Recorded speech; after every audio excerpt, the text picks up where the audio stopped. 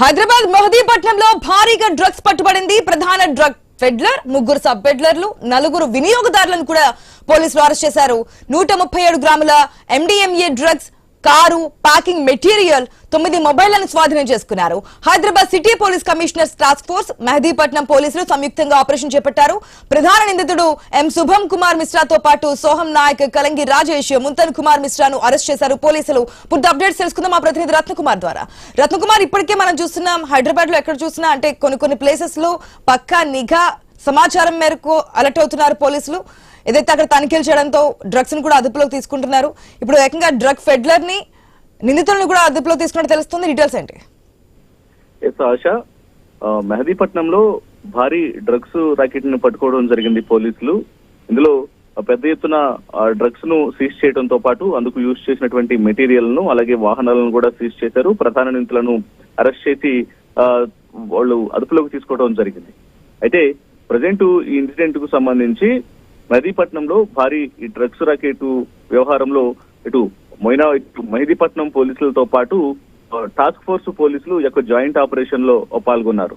ప్రధాన డ్రగ్ పెడ్లర్లు ఎవరైతే ఉన్నారో ఇటు ఎం శుభం కుమార్ మిశ్రాతో పాటు ఇతర నిందితులు సోహం నాయక్, కలంగి రాజేష్, ముంతున్ కుమార్ మిశ్రాను అరెస్ట్ చేశారు. డ్రగ్స్ కొనుగోలు చేస్తున్నటువంటి 9 వినియోగదారులను ప్రస్తుతం పోలీసులు అదుపులోకి తీసుకున్నారు.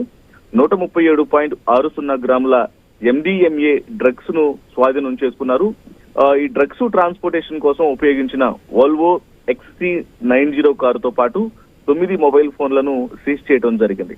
అలాగే ఈ డ్రగ్స్ ట్రాన్స్పోర్టేషన్ లో ప్యాకింగ్ మెటీరియల్, అలాగే ఎలక్ట్రానిక్ వేయింగ్ మిషన్ ను సీజ్ చేశారు.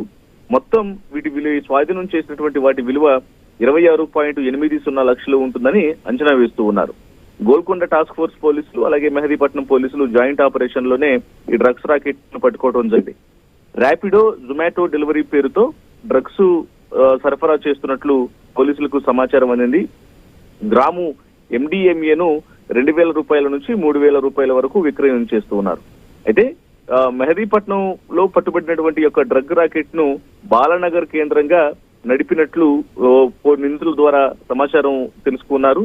అలాగే చిలకలగూడ కేసులో అరెస్ట్ అయిన సాయి నిఖిల్ తో ప్రధాన నిందితుడు శుభం కు సంబంధాలు ఉన్నట్లు కూడా తెలుస్తోంది.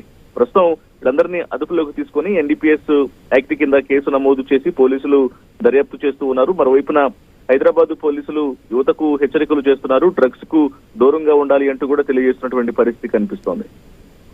రత్నకుమార్.